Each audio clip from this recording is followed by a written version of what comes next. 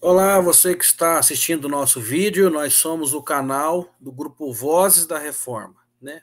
Nós tentamos dar e estamos conseguindo dar voz, né, à reforma, aquilo que foi construído, né?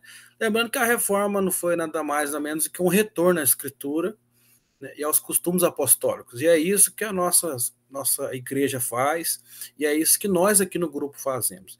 Você seja muito bem-vindo a caminhar conosco nessa hora e meia, aqui na Confissão de Fé de Westminster, o material que temos estudado, conversado aqui entre nós, e não podíamos começar de forma diferente, nem a Confissão de Fé, ela inicia no primeiro capítulo com da Escritura, né? Que foi a revelação que Deus escolheu deixar neste mundo para nós, né?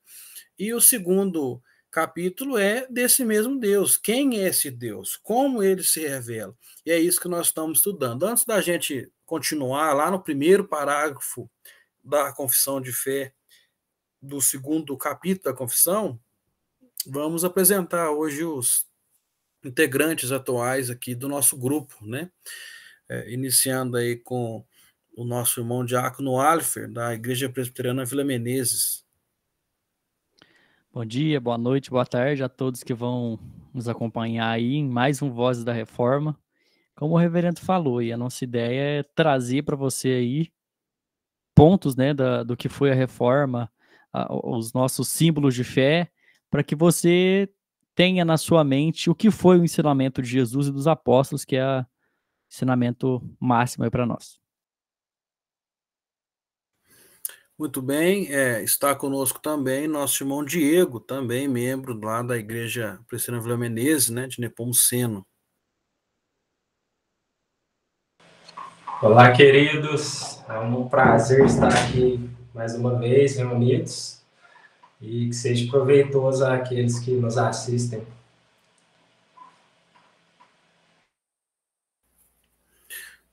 Outros integrantes do nosso grupo também, os outros dois da Terceira Igreja Presbiteriana de Lavras, né, o nosso irmão Manuel Vinícius. Fala pessoal, mais uma vez, uma alegria tremenda estar com vocês nessa noite, mas para você que nos assiste, seja em qual for o horário, que Deus te abençoe e também te conduza aí no entendimento da palavra, sejamos instrumentos aí para a proclamação do Evangelho também. E também o nosso irmão missionário Leandro, que esteve na Jocum, formado na Jocum, e hoje membro também da Terceira Igreja Presbiteriana de Lavras. A paz, povo lindo. Tenho certeza que vai ser uma bênção na nossa vida. Espero que seja na tua também. Um tempo aí de qualidade, muito crescimento da palavra de Deus aí nas nossas vidas. É isso, meu nome é Isaac, eu sou pastor da Igreja Presbiteriana Vila Menezes, Nepomuceno, né, e vamos estar aqui conduzindo esse nosso momento, né? Então, que nós comecemos, então. Você que curtiu aquilo que a gente já falou nos outros vídeos, curta os vídeos, compartilhe, se inscreva no nosso canal, Canal Voz, né? O nosso desejo é chegar lá aos 1.000 inscritos, se podemos até fazer nossa gravação no YouTube, ao vivo no futuro, e termos juntos essa caminhada. Então se inscreva lá, compartilhe, vamos compartilhar da palavra, é isso que a gente faz aqui. Então iniciemos, né, como eu disse, o capítulo 2, o título diz de Deus e da Santíssima Trindade, né? O nosso Deus, né, que existe em três pessoas, no Pai, no Filho e no Espírito Santo, né? Nosso irmão, o Diácono Alfa, expôs aqui na tela para vocês verem. Nós apenas começamos aqui as primeiras leituras, né, desse capítulo. Eu vou lê-lo novamente para a gente de novo nos inteirar do que nós estamos falando, já falou no último vídeo, e com certeza ainda ficaremos nesse primeiro capítulo, tendo em vista que nós estamos falando de Deus, o nosso Deus que é grande, né? Diz assim: há um só Deus vivo e verdadeiro, o qual é infinito em seu ser e perfeições. Ele é um espírito puríssimo, invisível, sem corpo, membros ou paixões. É imutável, imenso, eterno, incompreensível, onipotente, onisciente, santíssimo, completamente livre e absoluto, fazendo tudo para sua própria glória e segundo o conselho da sua própria vontade, que é reto e imutável, é cheio de amor, é gracioso, misericordioso, longânimo, muito bondoso e verdadeiro galardoador dos que o buscam, e contudo justíssimo e terrível em seus juízos, pois odeia todo pecado, de modo algum terá por inocente o culpado. Então aqui nós temos várias mensagens que já citamos na live anterior, né? Inicialmente falando que existe somente Deus, algo que a gente já leu, né, que foi descrito e dito muitas vezes por Moisés, único Deus verdadeiro, que ele é infinito em seu ser e perfeições. Essas perfeições são os atributos de Deus, né?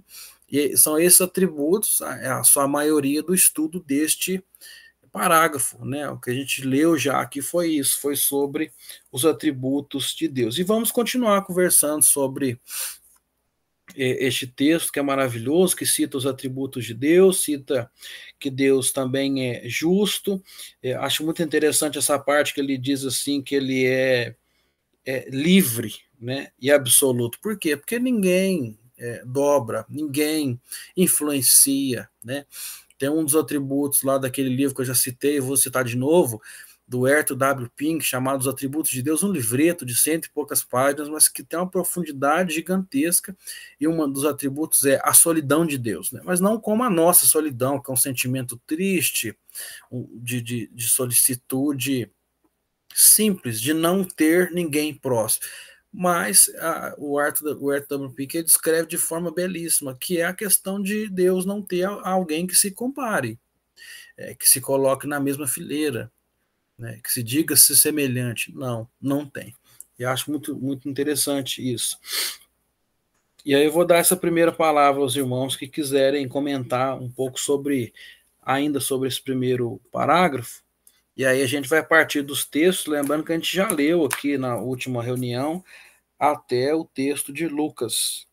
E aí a gente vai para o finalzinho aqui da página que eu estou aqui, porque são, como eu disse, mais 2,5 páginas de texto bíblico, que é uma bênção, né? A gente poder comentar os textos com contextos e as percepções dos nossos irmãos. Por hora, vamos aos seus comentários sobre a leitura aí do primeiro parágrafo. Quem começa? Manu?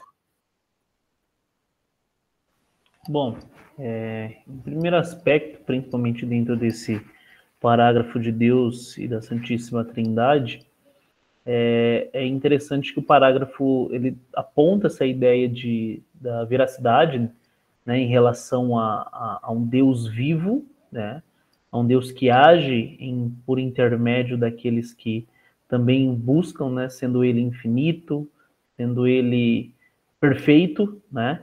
E é interessante que ele destaca também essa imutabilidade, né? Questão do próprio atributo incomunicável, né? Um atributo que nós não podemos, não é comunicado a nós porque nós mudamos constantemente através das nossas escolhas mais simples da vida e até mesmo erros, né? Dos quais nós estamos às vezes diante deles, né? E isso é uma coisa interessante, porque por mais que eu tenha o reflexo, né, daquilo que eu sou diante do meu coração como homem, pecador e tudo mais, quando eu penso na imutabilidade de Deus, isso proporciona segurança a mim como crente, né? Porque Deus é imutável, né? E isso é decorrente aos seus decretos, né? Ao seu caráter, né? Em relação ao que ele é. Então, ou seja, não muda. E isso traz segurança para nós, né? Porque não estamos dependendo de um ser como nós, né? Não estamos dependendo de um ser criado como a gente, mas alguém que sustenta a sua própria palavra, porque isso é fruto do seu caráter, né? Então, quando ele diz, através do Espírito Santo, por Paulo ali, escrevendo Romanos, ele diz que todas as coisas cooperam para o bem daqueles que amam a Deus, né? Ou a Ele. Então, nessa ideia de que é Ele quem nos sustentará, né? Isentar de passar? Não seremos isentos. Mas é diferente a forma e com quem nós passaremos pelas dificuldades da vida até então. Porque a segurança vem dele, né? E tão somente por ele nós podemos confiar completamente na sua soberania. Então, Deus em seu caráter, ele reflete isso, né? Reflete o nosso anseio por adorá-lo mesmo, né? Isso é fundamental na nossa fé cristã. E é interessante que não é só na imutabilidade do seu ser, mas a essência, né, de Deus traz autossuficiência em si mesmo. Então, por isso, é isso que esse parágrafo quer trazer para a gente, né? Essa ideia de o único Deus, né? O Senhor imutável, né? Estamos falando de um Deus que estabelece pacto e aliança com o seu povo.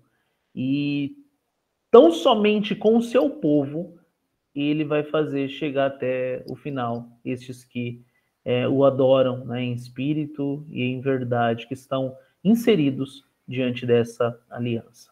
Humildade, com adoração e principalmente com resposta por consequência de sermos chamados filhos de Deus, né? Então somos salvos para obedecer e não obedecemos para ser salvos, né? Esse é um aspecto do caráter do cristão e principalmente reflexo da palavra e da fidelidade de Deus através dos seus, né?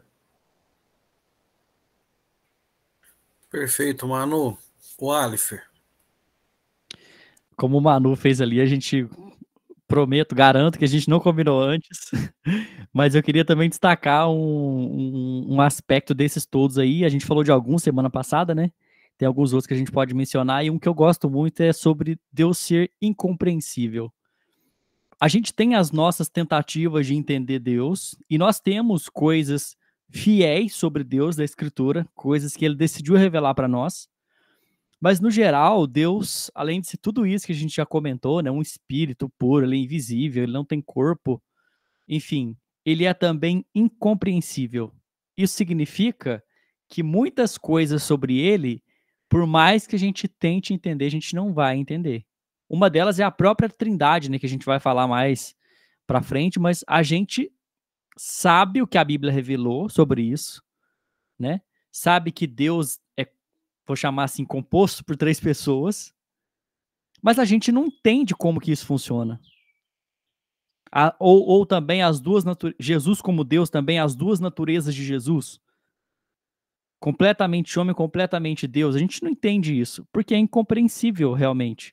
Às vezes em debates com alguns ateus aí uma vez, eles sempre tentam encaixar Deus em alguma regra humana, por exemplo, Deus escreve lá, não matarás, mas Deus matou não sei quem, e não sei o que lá, Deus mandou matar fulano de tal.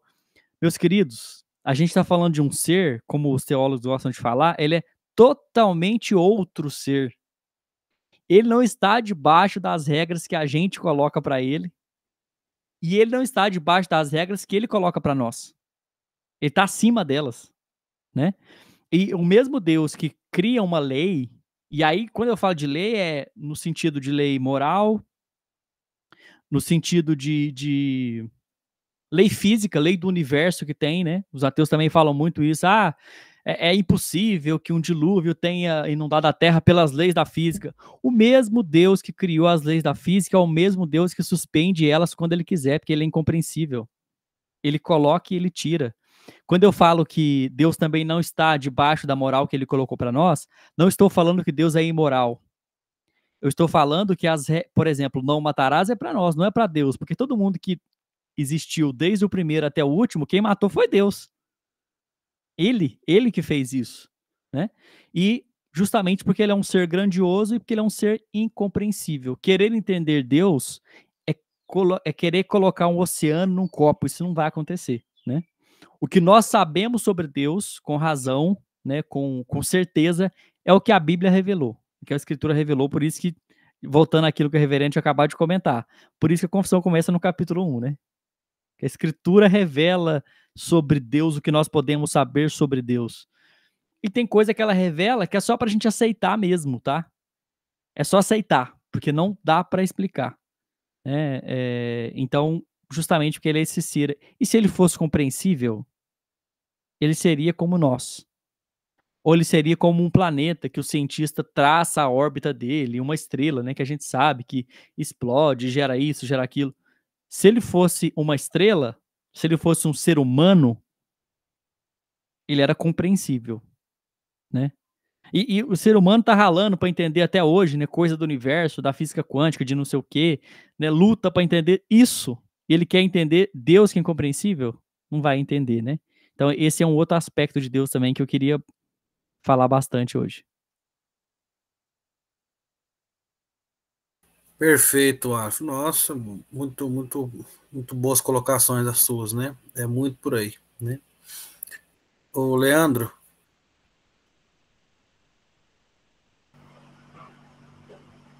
Essa colocação aqui, completamente livre e absoluto. Pessoal, o próprio parágrafo aqui ele já se explica em si, né? Mas esse completamente livre e absoluto, ele é capaz de fazer qualquer coisa, a hora que ele quer, do jeito que ele quer, da maneira que ele quiser. É um impossível. É aquilo ali que está em Lucas 1,37, né? Para Deus nada é impossível. Então, isso é maravilhoso. Olha outra coisa que reconforta. O verdadeiro remunerador dos que o buscam. Então, assim, a nossa riqueza, a nossa confiança não vai dar na força do nosso trabalho. Vai estar naquilo que a gente confia e faz para Deus. Ele vai nos abençoar. Então, assim, é muito top. Assim, a gente que... O reverendo Isaac, que está indo, tendo esse tempo lá também, o Manu, que está tendo esse tempo, o Diego, que foi lá, esse tempo de casa de recuperação, de estar com pessoas que precisam do impossível de Deus. Ali é o impossível de Deus. É Deus, ali o ser humano chegou até no limite, no possível. Dali para frente é o impossível de Deus. A gente vê como não dá para encaixar Deus em qualquer lugar. O que acontece hoje nas teologias dessas igrejas? O que eles querem fazer? Eles querem trancar Deus dentro de uma caixa. E não vai conseguir, não tem como. Ninguém vai conseguir explicar Deus. O que a gente tem de revelação na Escritura é muita coisa. E a nossa mente, ainda por si, a gente não consegue entender tudo. Por mais que seja o melhor teólogo, seja a pessoa que tem um entendimento perfeito, tem muitas coisas que são mistério de Deus. São coisas assim... Quem diria que Pedro ia ser o fundador da igreja? Gente, quem era Pedro como antes de Jesus? Um simples pescador. Então, essa liberdade, esse poder maravilhoso de Deus, dele fazer o que ele quiser, quando ele quer, da maneira que ele quer, de ter tudo sob o controle, o início, o meio e o fim das nossas vidas, o início, o meio e o fim da humanidade, tudo para ele, para a glória dele, para honrar ele, assim, é tudo muito maravilhoso. A gente pode tentar passar a nossa vida inteira. Tem um relato de um arqueólogo que ele queria tentar desmentir Deus no livro de Atos, que ele queria provar que a Bíblia é mentira. No final das contas, o cara converteu. Então, assim, não tem jeito, gente. No final das contas, ele foi vendo que tudo que estava na Bíblia era verdade, batia. Tem um outro podcast também, se vocês puderem ver, que é muito bacana, não sei se vocês já viram com o Hernando Dias Lopes, um químico, melhor químico do Brasil, explicando a Bíblia através da química. Gente, é tudo muito perfeito. Então, assim, essa parte dele ser completo e livre e absoluto é top demais.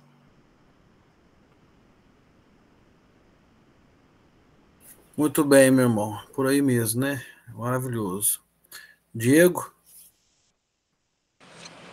Sem muito acrescentar, mas só uma observação. Eu também gosto, Walter, do atributo que fala sobre Deus ser incompreensível. Por quê? Porque há coisas sobre Deus que não tem como explicar. Né? Igual a Trindade é algo difícil de se entender. Né? Então, nós aceitamos essa doutrina, por assim dizer, pela fé, porque ela é difícil de se compreender. E o que a gente conhece de Deus está na Escritura. Por isso nós devemos confiar nela e ela deve ser a nossa regra de fé e prática. Porque dentro da teologia nós não estudamos Deus, nós estudamos as Escrituras. Era isso que eu queria frisar, assim, para deixar aí para os nossos ouvintes. Frisar novamente, voltando lá na questão do primeiro capítulo, falando sobre a importância da Escritura. Porque o que se pode conhecer de Deus está dentro dela aí. Daí a nossa necessidade de meditar nela de dia e de noite, de beber dela constantemente. Muito bem. Irmão Leandro. Eu queria pegar mais um ganchinho. Deus, ele é tão perfeito e a Bíblia é tão verdadeira. Se a gente tirar o Evangelho de João daqui, como é que a gente vai explicar a Trindade? Como é que a gente vai conseguir falar de fato? Porque é no Evangelho de João que praticamente, no princípio era o Verbo, e o Verbo era Deus. O Verbo estava com Deus. Ele se fez carne e habitou entre nós. Se a gente tira João daqui, pensa bem como que seria a teologia. Tira o Evangelho de João, a gente perde o rumo. Então, assim, é muito perfeito, é muita perfeição. É muita perfeição. Muito bom, né? Eu acho interessante esse gancho do Leandro ali, falando principalmente da pessoa do Deus Pai e de Cristo, né? O Deus Filho, né? Porque João, ele declara aquilo que os outros não falaram, né? Os outros começam na genealogia, no Cristo humano, né? Na personalidade humana de Cristo. E João não consegue, ele vai num Gênesis, né, diferente, profundo, a Gênesis eterna, né? Cristo, essa palavra que eu acho que o evangelicalismo se perdeu, sabe, com essa palavra. Eu percebo isso porque ninguém fala mais. Encarnação, está na Bíblia. Foi isso. Não só João, como o apóstolo Paulo cita, ele tomou um corpo e uma alma. Ele era um espírito eterno, supremo, com todos esses atributos que está descrito aqui, e ele esvaziou de um monte de coisas dessas, de potências desses atributos, e tornou-se carne. Então, assim, a encarnação do verbo. Acho que com medo de parecer espiritismo, a igreja evangélica resolveu excluir, sabe? Igual aconteceu lá com aquela questão do credo, né? Já vamos tirar o católico aqui, para o pessoal não achar que nós estamos falando da apostólica romana, aí põe universal. Hoje a universal, na minha opinião, é pior do que o católico. Então, são discussões complicadas, né? O Alifer. Não, eu te levantar da mão até abaixei, porque era isso que eu ia comentar também, porque parece que o João capítulo 1 nunca mais foi lido nas... Eu não vou falar na nossa não, porque na nossa é. Mas parece que algumas igrejas não se abrem mais em João capítulo 1. No princípio era o Verbo, e o Verbo era Deus, o Verbo estava com Deus, e o Verbo se fez carne, é Deus encarnado, né? Então eu ia falar, era isso, você já matou a pau aí.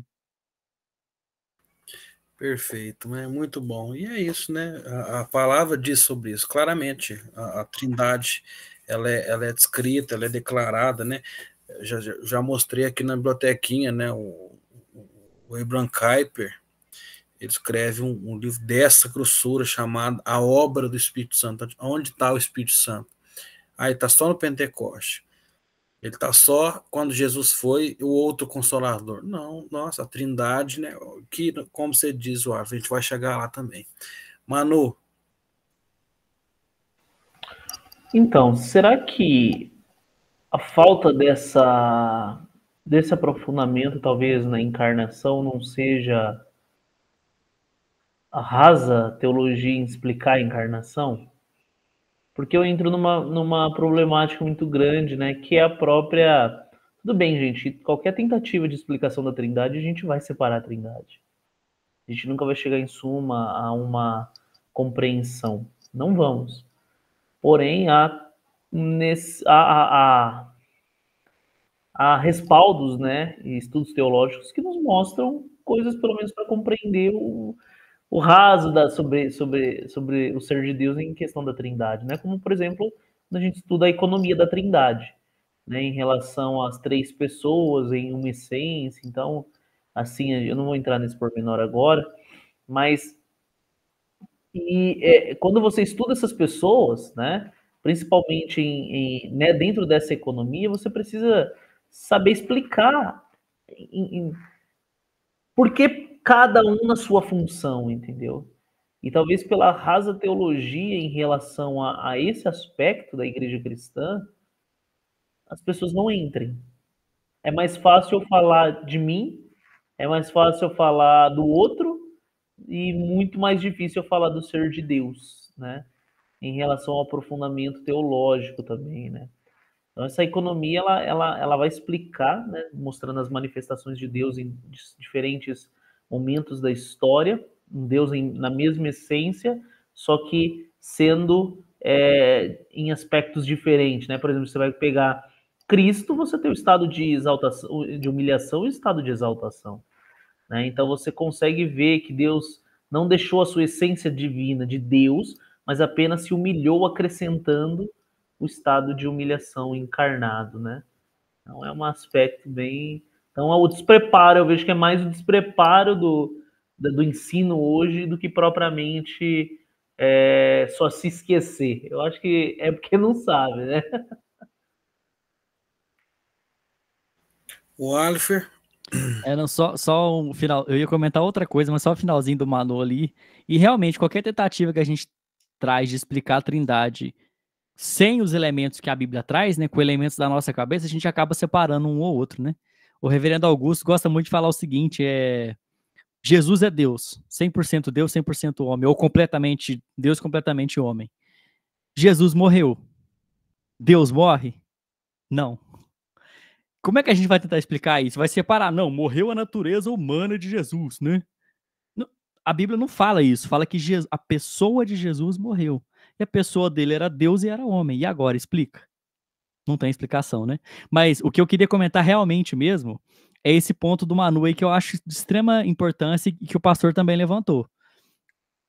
O fato da igreja não bater mais na tecla de que Jesus é o Deus encarnado, é o verbo encarnado, leva a heresias, inclusive ao legalismo. Parece que eu tô doido, mas não. Qual que é o argumento de Paulo em Colossenses, capítulo 2? Como que ele começa o capítulo 1? Jesus é a imagem do Deus invisível. O que ele fala no 2? Jesus é a plenitude de Deus. Portanto, ninguém vos julgue por isso, por aquilo outro. Tá vendo? Como que Paulo, a partir da doutrina da encarnação de Jesus, a partir da doutrina de que ele é o Deus revelado, ele combate dualismo grego, ele combate gnosticismo, ele combate legalismo. Tudo partindo de um tripé que ele vai mostrar ali depois, e um desses tripés é a revelação de Jesus, né, a encarnação de Jesus ali, como verbo de Deus. Muito bom, Alifer, Manu, né? É isso, né? Eu acho que incorre muito o que vocês dois falaram, a falta de ensino. E aí vem de uma falta de preparo de líderes, que aí vem de, por exemplo, líderes que correm de coisas difíceis de ensinar, por exemplo, né? Por que eu digo? Porque material tem. Ó. Nós estamos estudando o Catecismo Maior de Archimedes lá na nossa igreja, e lá tá tudo isso, cara. Tudo que nós estamos vendo aqui está resumido lá. Em pergunta, resposta e referência bíblica. Entendeu? E eu não foi do nada que eu fiz isso aí. Eu aprendi no seminário, que é ideal, é legal, é interessante estudar com a igreja. Tanto que é a segunda igreja que eu tomo conta e que eu faço isso no meu ministério. Né? Quem esteve no Eldorado, aqui em Lavras, onde eu plantei no princípio, viu o Catecismo Maior, viu os atributos de Deus, viu os encontros de Jesus do Simon J. Stemacher, que é top, porque são livros mega bíblicos. Então, acho que é esse carinho e aquilo que você comentou, talvez o Manu comentou. Nós estamos falando de quê? Estamos falando das vidinhas, de como melhorar a vidinha do crente, como é que o crente vai ganhar as vitórias, é só isso, sabe? Nós estamos falando, estamos sendo as palminhas do Manu, nem sabia que tinha como. Nós estamos falando aquilo, antropocentrismo, é isso? A igreja agora, ela é antropocêntrica ou ela é teocêntrica? Né? E aí entra um monte de coisa. Então, qual que é a nossa cosmovisão? Qual a visão de mundo da igreja? A nossa. É que nós devemos tratar dos nossos problemas, nos conhecer através da palavra ou conhecer a Deus.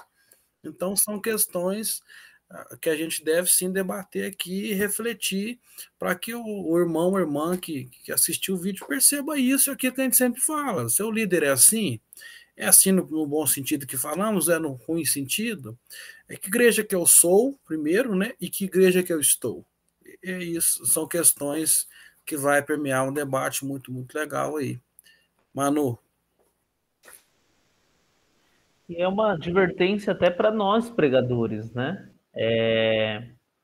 Ainda que nós tenhamos de buscar a compreensão da exegese bíblica, para que mastiguemos, né? Façamos o trabalho de cozinha para que as pessoas entendam a explanação bíblica, a gente precisa entender que o objetivo final da pregação não é fazer com que as pessoas entendam ou saiam dali doutas daquilo que foi dito, né? E sim pregar a palavra e fazer com que o Espírito aplique, né? Fazer não, digo, pregar para que o Espírito aplique.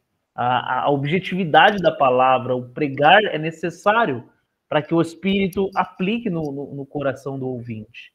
Então, hoje, nota-se que muitos buscam apenas encher a cabeça das pessoas, né? Eu vou encher, eu vou buscar a melhor explicação, a melhor interpretação e somente encharcar a cabeça das pessoas. E anula demais o Espírito Santo nesse sentido também. Então, é por isso, lógico, a necessidade de se estudar, a necessidade de buscar compreender as Escrituras, né? Mas trazer o entendimento para si de que é o Espírito que ilumina, tanto a mim, pregador, como ao ouvinte. E aplicando no coração, traz todo o entendimento à luz daquilo que foi dito e lido, explanado durante aquele período, né? Então, essa é a necessidade de entregarmos realmente, né, o nosso coração também, né? Hoje, a gente já falou sobre isso aqui, vê-se que há muitos pregadores que não acreditam naquilo que estão pregando. E isso é um problemaço, porque você não só não transmite verdade para si mesmo, mas você também deixa de transmitir a verdade de Deus para todos aqueles que te escutam, né? Então, infelizmente, saem todos no mesmo ambiente, assim como chegaram. Então, isso é um problema, porque a gente tem que, toda vez que a gente chega na igreja, a gente tem que sair diferente de como nós entramos, porque é o Espírito que tem que trazer isso, aplicando e consolando o nosso coração através das verdades bíblicas. Não, perfeito, né, a palavra, né? E o que você falou, o pregador ele prega para que o Espírito, né, aplique no coração e o depois é o Espírito fazer a gente praticar, incomodar.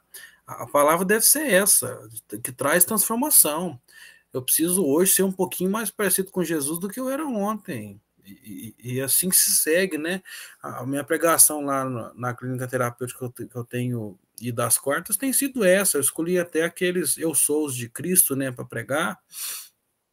E hoje nós falamos sobre Jesus ser o bom pastor das ovelhas, né? E aí tem um monte de gente que pega esse texto e foca na ovelha, entendeu? É a ovelha que precisa, é a ovelha, você tem que ser ovelha. Não tem que ser ovelha? Sim, pode ser ovelha, mas o foco é um bom pastor que dá a vida, cara, pelas ovelhas. E lá é massa demais, porque tem aquela história lá daquele inimigo claramente exposto lá, né, que é o mercenário, que é o cara que abre a porta lá e deixa o lobo entrar, fazer bagunça, né? Então é isso, a gente precisa, cara, pregar a Jesus, pregar a Deus, o Espírito Santo, para que haja prática. Mas é o que eu falei para os meninos, eu falei, olha, como você quer, na aplicação, como você quer ser ovelha, está escrito lá, as ovelhas ouvem a minha voz. Como você quer ser ovelha de Jesus se você não abre a Bíblia? Como que você escuta a voz de Jesus hoje? Como que você vai escutar a voz do pastor se você não lê a Bíblia? Não tem como, né? Então, como que eu vou falar de um Deus da Santíssima Trindade, que está aqui, esse capítulo gigantesco, com esse Deus enorme, se eu não ler a Bíblia, se eu não busco na Bíblia quem esse Deus é, né? Então, Leandro. Pegando esse gancho, aí transforma aquela loucura, né? As pessoas atrás de pregadores. Por quê? Não tem um ensino que é a palavra, que é Jesus que vai curar, que vai tratar, que vai libertar, que é a palavra que vai transformar. Aí tem tal pregador, vai aquela multidão. Mas a pessoa não vai mudar. Não vai surgir efeito nenhum dentro do coração dela. Primeiro, que ela não está indo atrás de Jesus, ela está indo atrás do pregador. Então, a terra do coração dela já não está nem preparada. Então, ela só vai participar de um ajuntamento grande e não vai ter efeito nenhum. Não vai ter. Então, assim, precisa ensinar da base. É igual a gente pegar e alfabetizar uma criança. A gente pode alfabetizar a criança A, B, C, porque a pessoa vai entender. Porque o que acontece? As pessoas têm bebido de fontes de pessoas que têm falado daquilo que ela quer transmitir através daquilo que ela quer falar. Porque a Bíblia é um caminho de condução para isso. A gente consegue fazer da palavra aqui terapia, psicologia, a gente consegue manipular, consegue fazer qualquer coisa dentro da palavra. Então, é ensinar o beabá, o básico, o simples. Igual Pedro ali com Elias. O que Pedro fez? É Jesus que cura. Ele não fez festa, não fez mágica, não fez nada. Jesus curou ele. É o beabá, é o início. Então, assim, aí as pessoas vão entender, porque tem se acumulado quando às vezes a gente põe lá, um pregador Manu, reverendo Isaac, tal, a galera vai de um jeito. Mas se vir um Hernanes de Lopes, todas as igrejas aqui da região vai parar e vai ver o cara. Eu creio que 99% dessa galera não vai fazer nenhum efeito à palavra, não por causa do Hernanes Dias Lopes, mas é porque o preparo do coração não é boa terra. Porque a semente, ela precisa ser lançada numa boa terra. Então, as pessoas não vão chegar lá pela própria intenção da pessoa, às vezes despreza o pastor que está ali cuidando dela ali 10, 15 anos e vai lá, nossa, eu vou lá naquele lá porque aquele que é o top. Ou qualquer outro pregador que tiver. Então, assim, o próprio coração, a palavra fala isso na lei da semeadura. Quanto a semente que Jesus vai espalhando ali. É preciso ter uma terra fértil. Então, a gente precisa ensinar essa teologia básica do início para as pessoas entenderem. Tem gente que vai para um culto e nem sabe o que está fazendo lá, para falar a verdade. Se você chegar para a pessoa, ela não sabe. Se você chegar no final do culto e conversar com ela, a própria pessoa vai entender que ela não vai saber por que ela está ali. Qual foi a palavra que foi lida, o que foi explicado. Aí, o que a gente tem gerado hoje? A gente tem gerado consumidores. A igreja hoje, a teologia hoje é uma teologia de consumismo. Para agradar as pessoas. O espetáculo. Aí o culto foi bom. O culto foi bênção. Hoje a palavra falou comigo. E no dia que não falou, o irmão tinha que estar aqui. Não, era você que tinha que estar ali, não era o irmão não, porque senão Deus ia levar o irmão. Então, é isso, é um consumismo. O ser humano por si é consumista. E nesse século nosso, por tudo ser muito rápido, tudo muito dinâmico, o ser humano está aprendendo isso, a ser o crente consumista. Ele quer ir na igreja para ser um simples consumidor. Ele quer chegar lá, ele paga para receber, né? E tem uns que nem pagam, para falar a verdade. Não dá o dízimo, não dá oferta, não faz nada, e ele quer receber. Não quer nem saber, está lá para receber, mas não está para adorar. Não dá para conhecer do Deus que pode transformar, do Deus que pode fazer. Ele está ali para receber, simplesmente receber.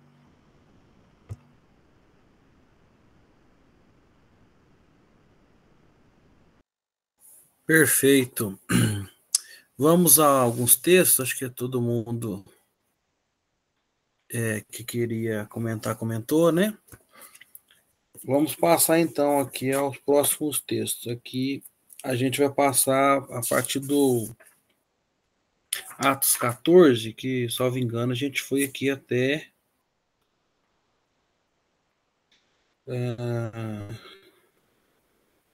Não, a gente foi até 1 Timóteo 1,17. Então vamos a Deuteronômio 4. É isso mesmo, Deuteronômio 4. O Alfa vai expor para nós aí na tela, para você que está nos assistindo poder ler com a gente aqui. Deuteronômio 4, 15 e 16.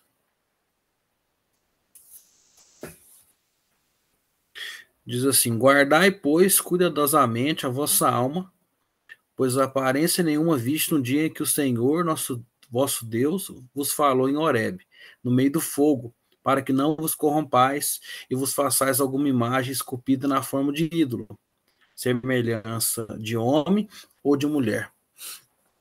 Então é interessante esse texto, né? Começa aqui o comentário, que, né, Deus é tão bom no seu ser infinito e tudo mais, que é, segundo esse texto, invisível. Isso é importante aqui, né?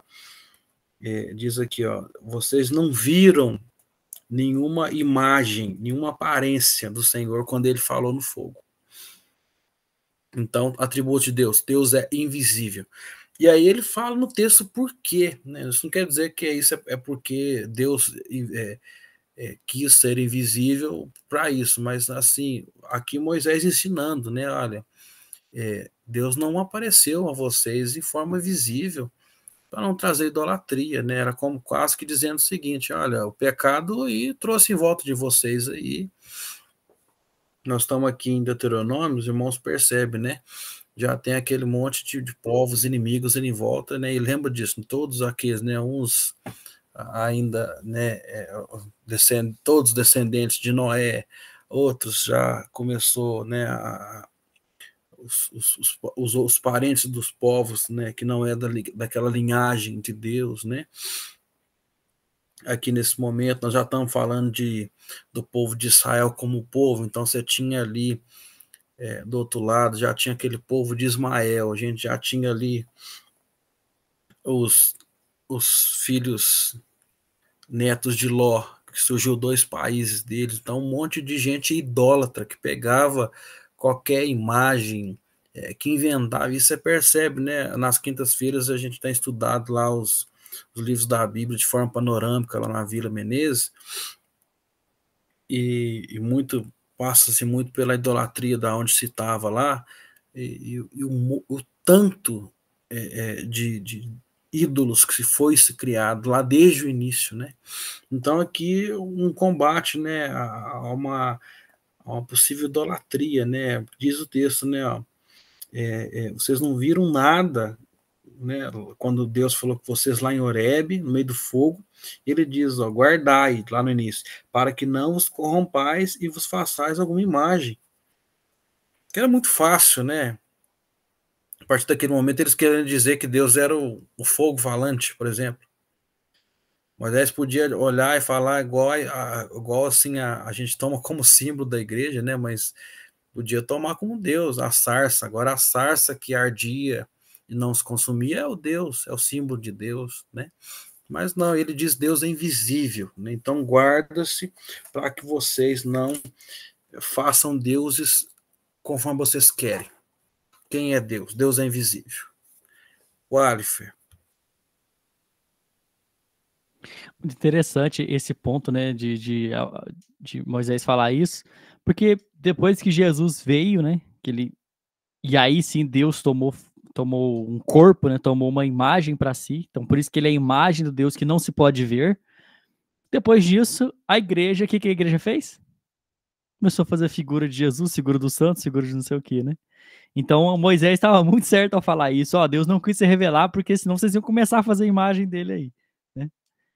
E por isso, esse também é outro motivo pelo qual Deus abomina a idolatria, né? Porque é uma tentativa de simular um ser grandioso e incompreensível. É uma ofensa a Deus. É como se você pegasse uma modelo super formosa, super bonita aí, e fizesse uma caricatura dela, igual aquele pessoal de humor faz, sabe? Aquelas caricaturas que você aumenta o nariz, você coloca... É isso, né? Seria mais ou menos isso. Ofensivo para Deus comparar ele a qualquer uma coisa dessa. E aí o texto muito bem disse mais uma vez, né? Vocês não viram alguém, vocês não viram uma pessoa, porque Deus é invisível, né? Ele é invisível. Depois, os textos vão mostrar que Jesus revela, então, a face do Pai, né? Mas é invisível.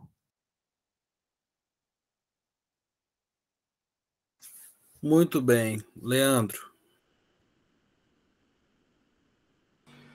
E bacana que se a gente for ver, o ser humano ele é tão assim...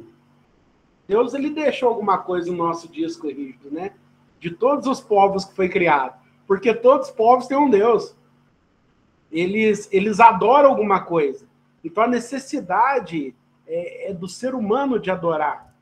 Por mais que as pessoas não tenham entendimento quando cria ali o Deus deles, mas tem no nosso HD essa necessidade de adorar alguma coisa. Então, assim, já vem no nosso DNA. Então, se você pegar cada povo, eles adoram alguma coisa. Já tem alguma coisa. Então, assim, eles têm uma pré-definição distorcida de Deus. Mas eles adoram alguma coisa. Então, assim, o ser humano, ele por si já foi criado para adorar. Mesmo que adore errado, que tá errado, mas no HD ali tá o DNA de Deus.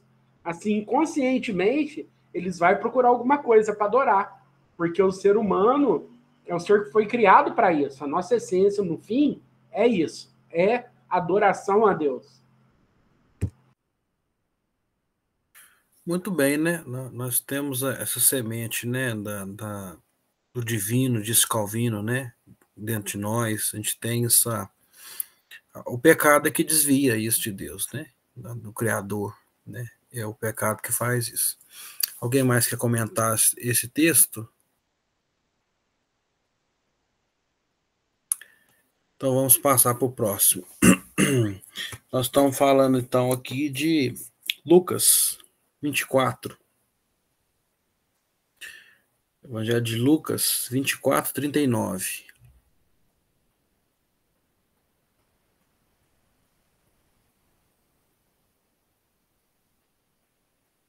O texto diz lá, né? Vede as minhas mãos e os meus pés, que sou eu mesmo. Apalpai-me e verificai, porque um espírito não tem carne nem ossos, como vedes que eu tenho, né? Então, uma narrativa de Lucas aqui, de Jesus, né? Colocando essa questão, a aparição que ele teve lá aos discípulos, né? E ele pedindo para que ele fosse apalpado, né? Para ver se era um espírito ou não, né? Então, nós estamos falando aqui, só me engano, já é depois da crucificação, né? A narrativa da aparição dele, né? Lá, primeira Maria Madalena, dependendo do evangelho que você pega, né? Depois o apóstolo Pedro vê lá vazia, ele aparece aos discípulos, né? E traz esse texto aí. Eu vou ler mais um, e aí os irmãos comentam para a gente dar uma aceleradinha e não ficar de um, porque são muitos textos, né? Depois, se alguém pegar algum gancho desse aí, segura aí para a gente comentar já já. O outro é Atos 14, 11, 15. Atos 14, 11 e 15, diz assim: quando as multidões viram o que Paulo fizera, gritaram em língua licaônica, dizendo: os deuses em forma de homens baixaram até nós. Senhores, por que fazeis isto? Nós também somos homens como vós, sujeitos aos mesmos sentimentos, e vos anunciamos o evangelho, para que dessas coisas vãs vos convertais ao Deus vivo, que fez o céu, a terra, o mar e tudo o que neles há, o que há neles, né? Então, o primeiro texto aqui é o Evangelho de Lucas, né? Ele está falando aqui sobre o Verbo encarnado, né? Jesus, depois de ter vencido a morte, né? E eu acho que, na minha visão, é mais isso aqui, né? E o segundo é um texto muito emblemático, né? Que é aquele que o apóstolo Paulo, né, fez grandes milagres, né, na história da igreja, né, e a ponto das pessoas quererem adorar a ele, não a Deus, né? E ele grita e diz: não, não, não, a gente é ser humano como vocês, não tem Deus aqui. Olha, presta atenção aqui que eles disseram, né, na língua deles, né? Os deuses em forma de homens baixaram até nós, né? É interessante isso aqui. E aí eu queria voltar rapidamente ao Deuteronômio, porque Moisés está falando para não fazer ídolo, e é muito interessante, porque assim, ó, como eu disse, primeiro Moisés viu a sarça ardente falando com ele, né? Você imagina uma planta queimando, não se consumindo, falando com você. Depois, Moisés, lá ainda em Êxodo, vê Deus passar de costas, né? Todos acreditam que é uma pré-encarnação de Jesus, né? Aquilo que os teólogos chamam de algo de, mais ou menos, de antropomorfismo, né? Que quando Deus condescende e traz essas imagens palpáveis como ser humano, né? E ainda assim, ele tendo visto a sarça, viu aquele monte de coisa, falava com Deus de tete a tete, ao ponto do seu rosto brilhar, e ele ter que tampar, porque a luz era muito... Ainda assim é o cara que diz ao povo: olha, não é para fazer ídolo, né? Não é para fazer ídolo. E aqui essas duas narrativas, principalmente essa do apóstolo Paulo, combatendo a idolatria que quiseram fazer dele, né? E defender: não, não, nós estamos aqui como comissionados, não somos deuses, somos comissionados do Deus. Quem que é esse? O que fez todas as coisas, o Deus criador de tudo que existe. Alguém quer comentar?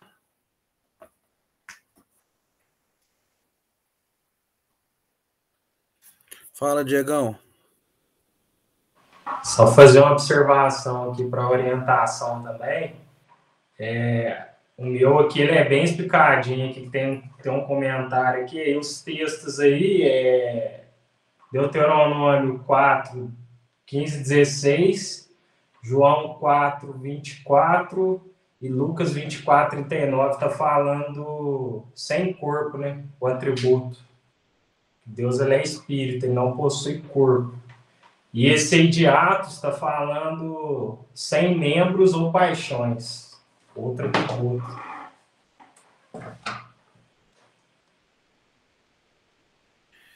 Perfeito, muito bom, né? Então, esse de Lucas 24 aqui, né, falando que Deus, o Pai, não tem corpo, né? Mas o Cristo apontando o seu corpo ali, né? Então, seguimos aqui. Eu vou ler agora Tiago 1,17.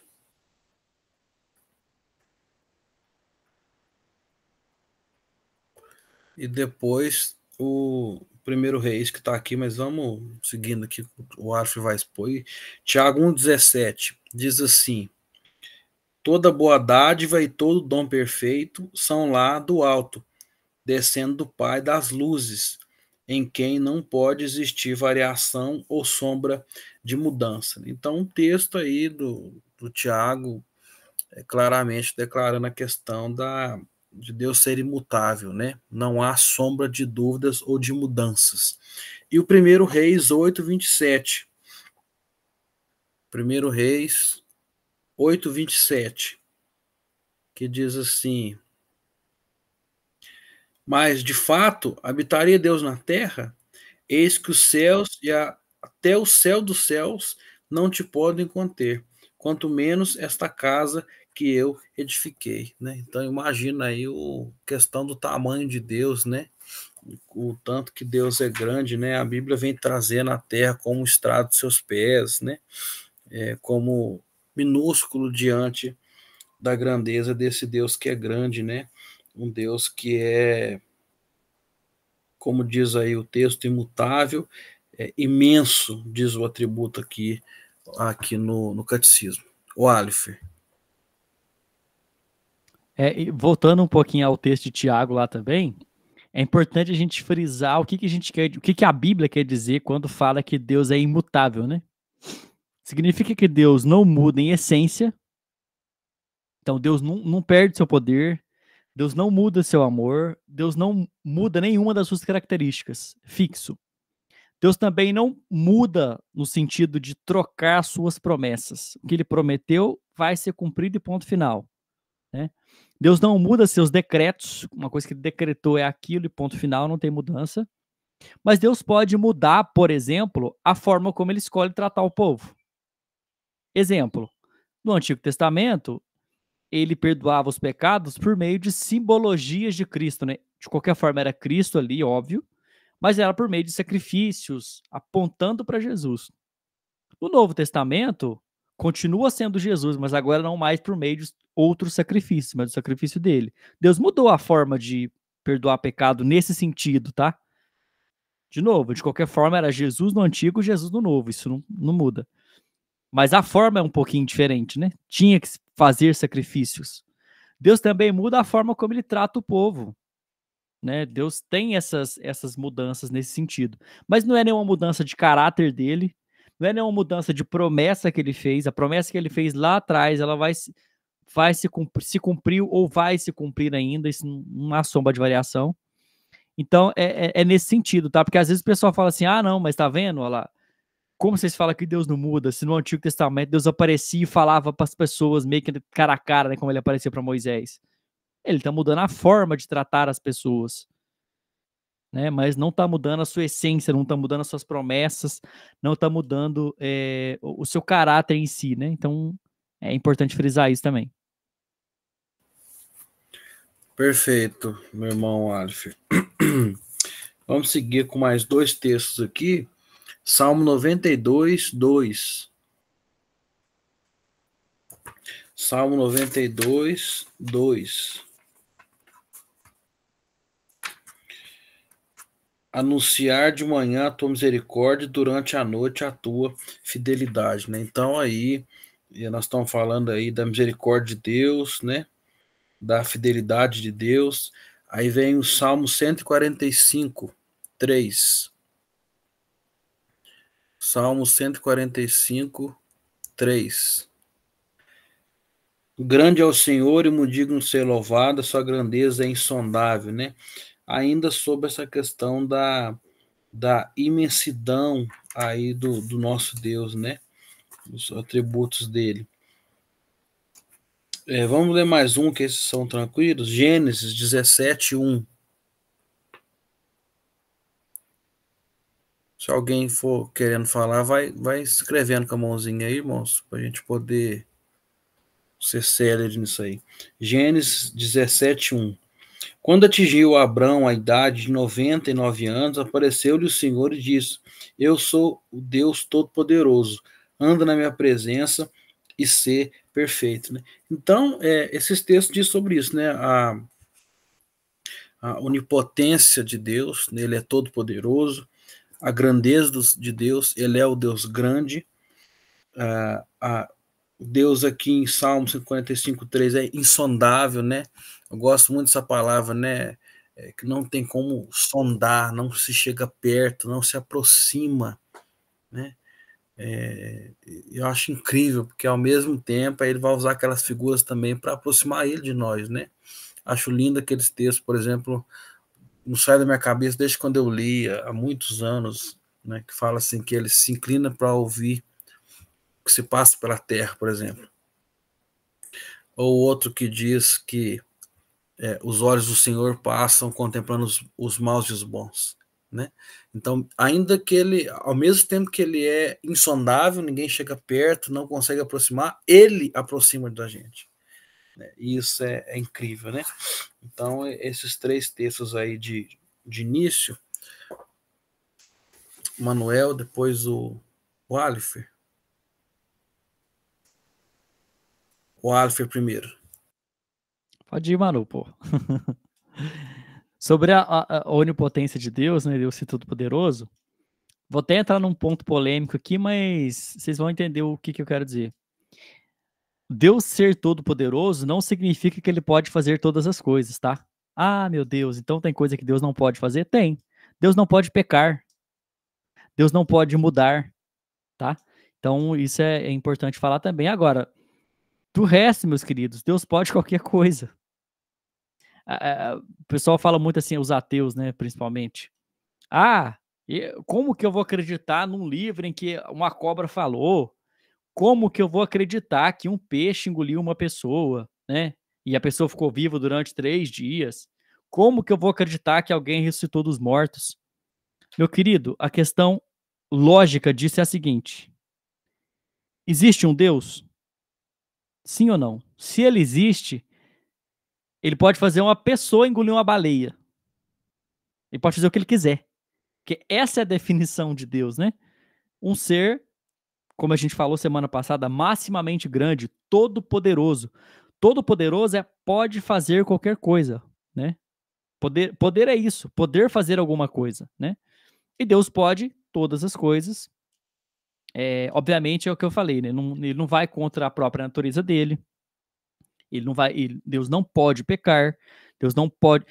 Porque é logicamente impossível Deus pecar, porque pecar é tudo que é contrário à própria natureza dele. Ele não pode ser contrário a ele mesmo, é impossível, logicamente falando, né? Mas, voltando ao ponto que eu comentava dos ateus, então o X da questão é: há um Deus? Se há um Deus, ele pode fazer um dilúvio, porque ele pode suspender as leis da física a hora que ele quiser. Ele pode fazer uma cobra falar, ou pode criar seres, como o caso do diabo, que façam uma cobra falar também.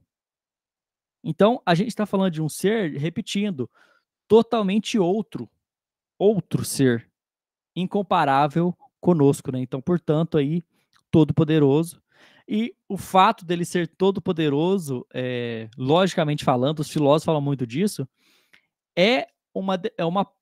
digamos que isso em si é uma prova de que ele existe, né? O fato de ser todo-poderoso. Logicamente, você tem que inferir que um ser todo-poderoso é obrigado a existir, é necessário, né? Um dia a gente pode até entrar nesses argumentos aí da necessidade de Deus existir, mas o fato de poder existir um ser maximamente grande implica então que ele existe, né?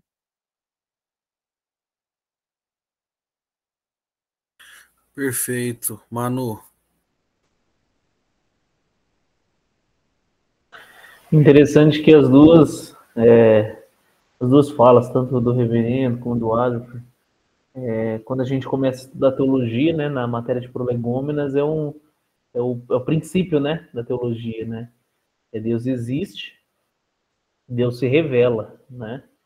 E Deus pode ser conhecido. Então, essa é a beleza, né, disso, né, de estudar o ser de Deus.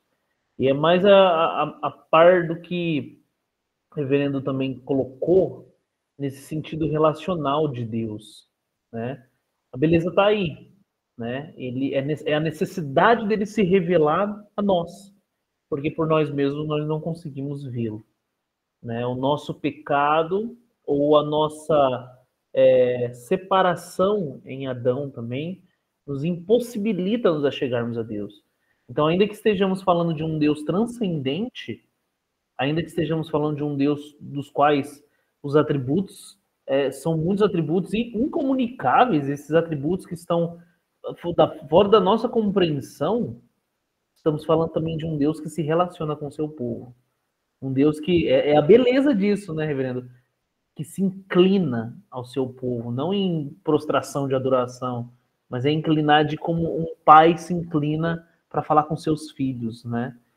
Então, é essa beleza relacional, né, que Deus transmite através da sua revelação.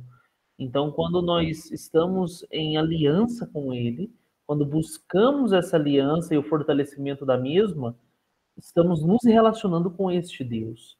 Então, é muito mais sobre como Ele se revela a nós do que como nós buscamos conhecê-lo, né? Porque nós só podemos conhecê-lo se Ele se revelar.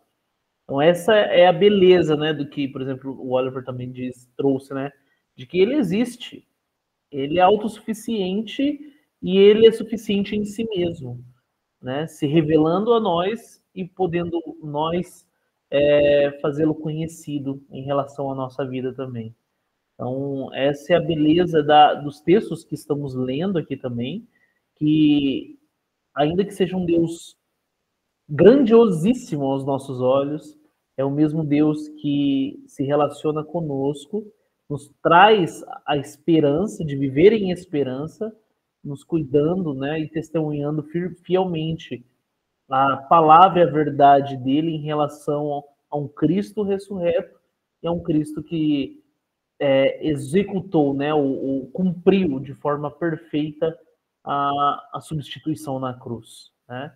Hoje só podemos nos achegar a Deus porque Cristo possibilitou isso, né, através do seu sangue, através da substituição, né? E nós, como filhos, como pertencentes a essa aliança, podemos ver as bênçãos de Deus recaindo sobre nós como seu povo. Muito bem, muito bom. Leandro.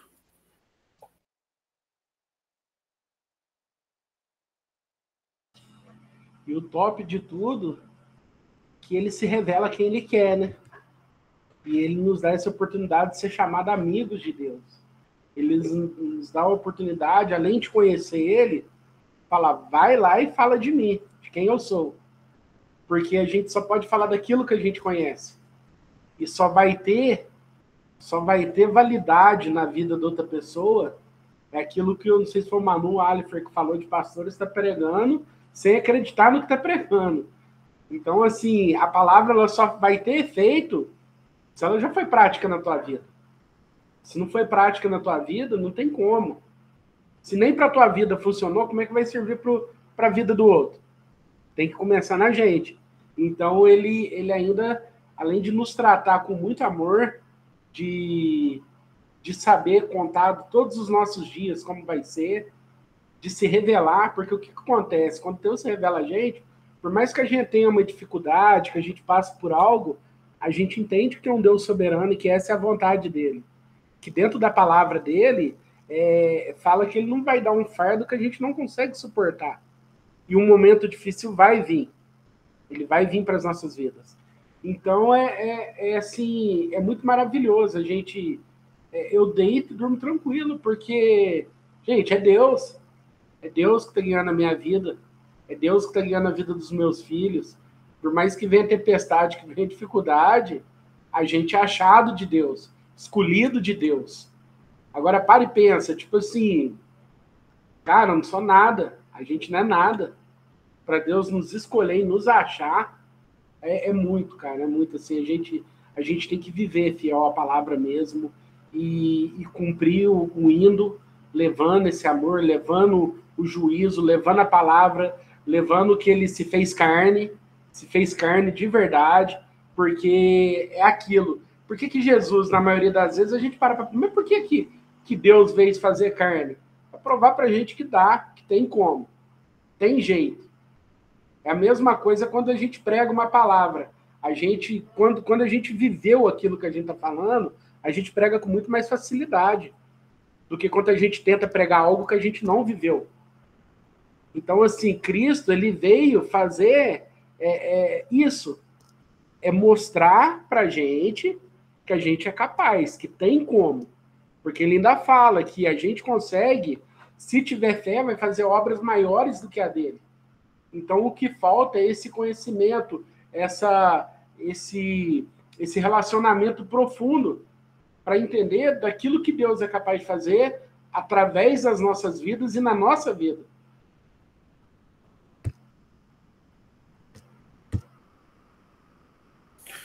Muito bem. Vamos a mais alguns textos aqui, ver se a gente consegue terminar essa folha aqui hoje. Aí vai ficar uma folha para o próximo encontro ainda do primeiro parágrafo, né? Tendo em vista a profundidade aqui. Romanos 16, 27.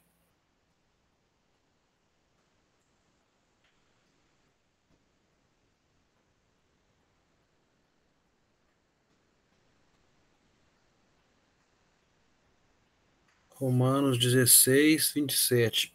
Ao Deus único e sábio seja dada a glória por meio de Jesus Cristo pelos séculos dos séculos. Amém, né? Então, falando aí sobre a unicidade de Deus, sobre a sabedoria de Deus, né? Como aquele que merece aí a glória, né?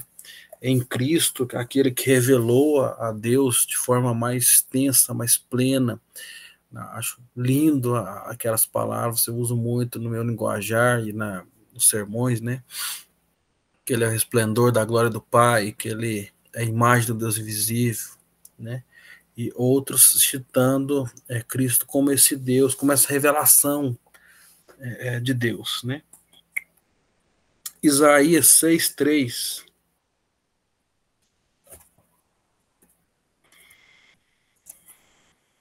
Estão falando aí sobre esses atributos, né? Agora aí sobre a santidade de Deus, né? De que ele é santo. Isaías 6:3. E clamavam uns para os outros, para com os outros, dizendo: Santo, Santo, Santo é o Senhor dos Exércitos, toda a terra está cheia da sua glória, né? Então aquela repetição do hebraico que vem depois para o grego também, daquela importância de se repetir e de que se está repetido é importante, né? A santidade de Deus é disposta aqui nesse texto. Eu vou falar só mais um, e aí eu vou começar a dar a palavra aí para o Alifer, para quem quiser. É o Salmo 115, 3. Salmo 115, 3, aí que vai falar aí sobre um pouco sobre essa questão também de Deus ser único, né? Salmo 115, 3. No céu está o nosso Deus, tudo faz como lhe agrada. Entra naquela parte da confissão que diz sobre Deus ser livre, né? Livre, né? Como a gente já comentou. Não há nada, nem ninguém, não há nenhuma influência que faça Deus fazer X, Y, Z, mas ele faz aquilo que lhe agrada, né? Aquilo que é dele. O Alifer. Eu queria até voltar também naquele texto de Isaías lá, que é um dos textos que eu mais gosto na Escritura. Porque quando Deus se revela ali, né, ainda que a face dele não pudesse ser vista ali, né, mas quando ele se revela para Isaías, Isaías tem um choque de realidade com relação à vida dele, né? Meu Deus, eu sou um homem de lábios impuros e habito no meio de um povo de impuros lábios, os meus olhos acabaram de ver o Rei dos Reis, né? Então, o quanto que isso a palavra certa é pesado mesmo, ele tem um contato ali com a glória de Deus, e ele vê ali, não lembro agora se querubins ou serafins, acho que é serafins, né? Cada um com 6 asas em volta do trono, com 2 cobrindo os pés, com 2 cobrindo o rosto, com 2 voavam. Quer dizer, só os outros seres que Deus criou já são majestosos dessa forma, né? Imagina o trono de Deus ali, e o texto ainda fala que a casa se encheu de fumaça e que tremeu tudo. Quer dizer, a grandiosidade de Deus ali revelando-se em partes, né, para Isaías, né? Então, dá para ver que é um Deus tremendo, né? Um Deus que quando você entra em contato com a santidade dele, seu pecado vem à tona imediatamente, né? E esse último Salmo 115 aí, o nosso Deus está nos céus e faz tudo o que lhe agrada. É isso, gente. Deus faz o que ele quer, que é do agrado do coração dele. Isso inclui desde a melhor, do ponto de vista humano, tá? Desde a melhor coisa que a gente já viu acontecer até a pior coisa. Foi do agrado dele decretar tudo quanto existe hoje, né? E, como diria Paulo, depois de falar coisas desse tipo, né? A ele pôs a glória eternamente. Amém.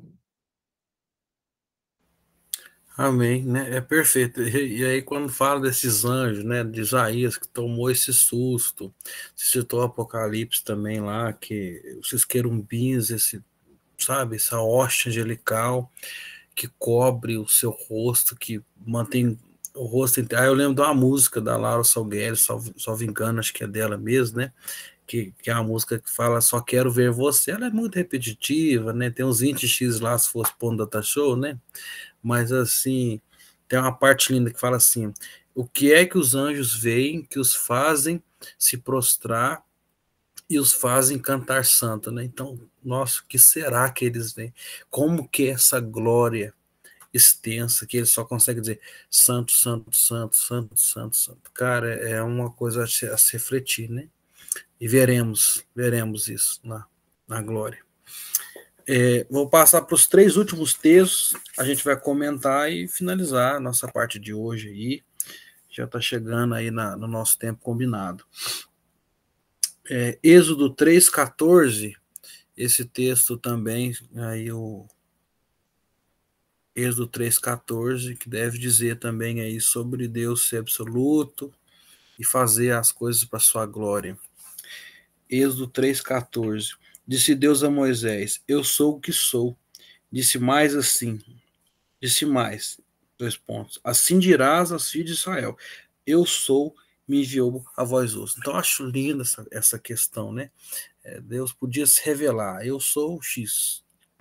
Pode me chamar de Adonai, me chama de El Shaddai, me chama de El, me chama de Yahvé, me chama de Yehová. Alguns trazem tradução aí meio apertada, mas alguns dias. Não, você vai lá, Israel vai dizer assim, ó, fala que aquele que é, me enviou, né? Aquele que subsiste nele mesmo, aquele que é o ser que não precisa, sabe, de adjetivo, não precisa de pronome, não precisa de nada. Eu sou o que sou. Diz que eu sou aquele que é, diz que aquele que é enviou a você, né? Então, sobre Deus ser absoluto, atributo de Deus. Deus é absoluto. E o segundo texto dessa parte, Efésios 1:11, né? Aquele cântico maravilhoso lá, do apóstolo Paulo. Efésios 1:11.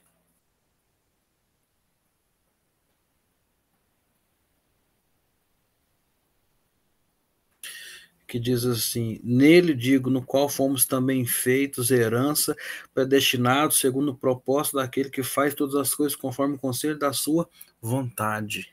Ele não toma conselho, ele faz segundo o conselho da sua vontade. Acho lindo também lá, salvo engano, Isaías também, né, que diz: a quem comparareis? A quem Deus tomou conselho, né? Segundo o conselho da sua vontade. E por último, Provérbios 16, 4, para a gente finalizar. Provérbios 16, 4, que diz algo parecido também, né, sobre Deus ser absoluto e livre e fazer as coisas segundo a sua vontade. O Senhor fez todas as coisas para determinados fins e até o perverso para o dia da calamidade, né? Aquela palavra sua, né, Walter? Ele faz o que quer, fez o perverso para o dia da calamidade, fez aquilo que a gente gosta, aquilo que a gente odeia, né? Aquilo que a gente acha que é pequeno, aquilo que a gente acha que é grande. Ele fez todas as coisas e sem que ninguém desse pitaco, como dizíamos na nossa linguagem vulgar, sem que alguém desse conselho, porque ele não precisa, né? Alguém quer falar? Só um comentário breve aí dessa última fala sua aí, né? Paulo depois cita de novo essa fala de Isaías, né? Quando ele está falando de predestinação e essas coisas. Ele fala meio que assim: olha, Deus escolheu uns para perdição, outros para salvação, e isso, aquilo, e vai falando um monte de coisa, soberania de Deus, justificação, não sei o quê. No final ele fala: e o que o homem vai falar? Né? Quem, pois, aconselhou o Senhor? Quem ensinou alguma coisa para ele? Ninguém ensinou, ele fez. Né? Então Deus está falando, é como se Paulo estivesse falando assim: quem somos nós na fila do pão? Para gostar ou para não gostar de uma coisa que Deus faz? Ou para questionar ele, né? Perfeito, Diácono Alfa, muito bem. E aí a gente vai encerrar nesses 10 minutinhos, palavras finais, né? Digo as minhas aqui, para nós agradecer aí a sua presença conosco até aqui, nesses minutos finais, e que essa mensagem do quanto Deus é grande, dos atributos de Deus, possa fazer você cultuar mais esse Deus, reconhecer mais esse Deus como seu Senhor e Salvador, e não tem outra forma se não for pela palavra, Então perceba, né, o que a sua igreja faz com esse Deus, como esse Deus é temido, é louvado, é exaltado, é adorado e principalmente é ensinado na sua igreja. Perceba isso, né? Busque esse conhecimento maravilhoso que a Bíblia tem.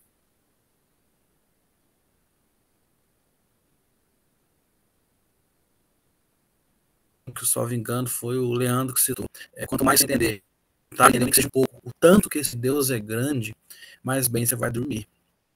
Mais em paz me deito, pego no sono, que o Senhor está comigo. Esse Deus é muito grande. Então não tem morte, não tem Satanás, não tem pecado, não tem carne, não tem nada que possa com esse Deus. Essas são as minhas palavras finais. O Alifer. Minhas palavras finais vão ser muito parecidas com o do Reverendo Isaac, justamente porque esse capítulo aí,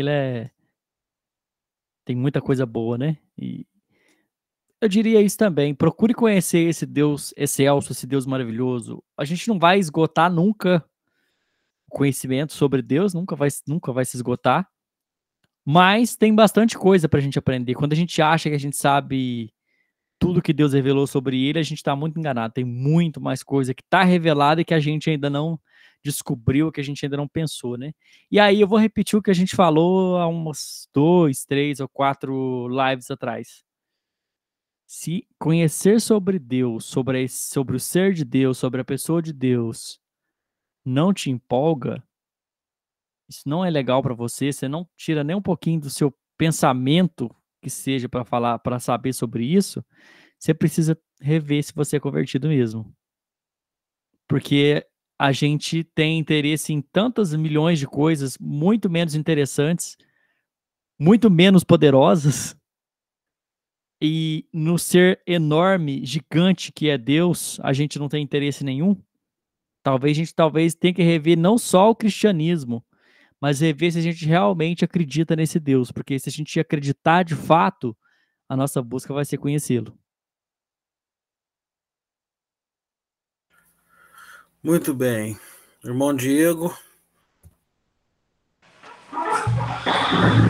Minhas palavras finais aí é sobre esse Deus que é enorme, né? Que é imenso, que é onipotente, que é onipresente, que é incompreensível e que mesmo assim nos ama e enviou o seu Filho para morrer a nossa morte, nos substituindo na cruz. E eu gosto muito daquela palavra que está lá em Deuteronômio 7, 8, que diz assim: o Senhor não se afeiçoou a vocês, nem os escolheu por serem mais numerosos que os outros povos, pois eram o menor de todos eles. Foi porque o Senhor os amou por causa do juramento que fez aos seus antepassados. Ou seja, o Senhor, ele nos ama. E assim, é maravilhoso ver que um Deus tão grande, tão imenso, que não precisa de se relacionar com outros seres, ele escolhe nos amar e nos salvar, né? Nós éramos pessoas que outrora estávamos perdidos, né? Totalmente aí depravados, longe do Senhor, mas o Senhor, ele nos amou a ponto de enviar o seu Filho, né, para se encarnar, como foi dito algumas vezes, né, citando o texto lá de Filipenses. E esse Filho do Senhor, nosso Senhor Jesus Cristo, ele se encarnou e morreu a nossa morte. Então, assim, é um imenso amor, um amor que não tem como mensurar, não tem como medir. E esse amor, esse Deus grandioso, que é o nosso Senhor Jesus Cristo, ele te chama através da palavra ao arrependimento.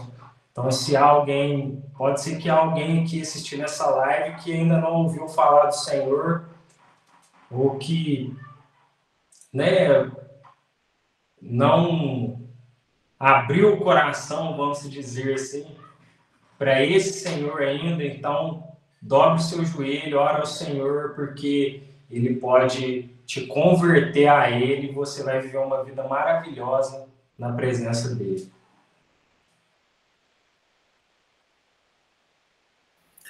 Amém. Irmão Manuel.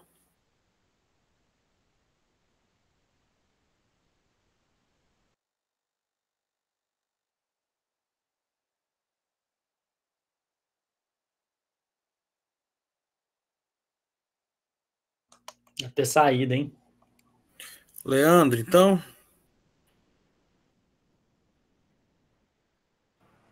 Dá uma dica bacana aí para quem acompanhou até aqui nessa live. Jeremias 29:13. Eu vou estar lendo em 3 versões para vocês verem. A primeira versão é a NVI. Vocês me procurarão e me acharão quando me procurarem de todo o coração. A versão ARA. Buscar-me-ei e me achareis quando me buscardes de todo o vosso coração. Na versão NVT. Se me buscares de todo o coração, me encontrarão. Na versão NVPP. Vocês me procurarão e encontrarão. E quando me encontrarem de todo o vosso coração. E assim vai indo, tem várias versões. Uma dica, Deus ele quer se relacionar. E ele tá aqui para ser achado. Ele deixou isso aqui, ó, prova de que ele quer ter um contato verdadeiro com você. E tenho certeza que se você for um eleito, for uma pessoa escolhida, uma pessoa separada por Deus, todo o conteúdo que está aqui dentro, tudo aquilo que você tiver dúvida, ele vai ser a tua luz, vai esclarecer dentro do teu coração. Então, quando a gente buscar esse Deus de todo o nosso coração, ele vai estar ali pronto, ele sempre esteve pronto, sempre te esperando. Então, ele está te esperando. Guarda Jeremias 29:13 no teu coração. Deus, ele está te esperando para se revelar para você. Ele vai te achar e vai te mostrar o tamanho da glória dele, o quanto ele é maravilhoso. Não tem palavra. Se a gente for falar de Deus, é algo inefável, inexplicável. Não tem como a gente explicar Deus.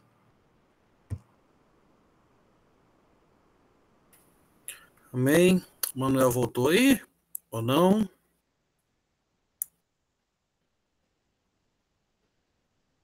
Parece que não, né?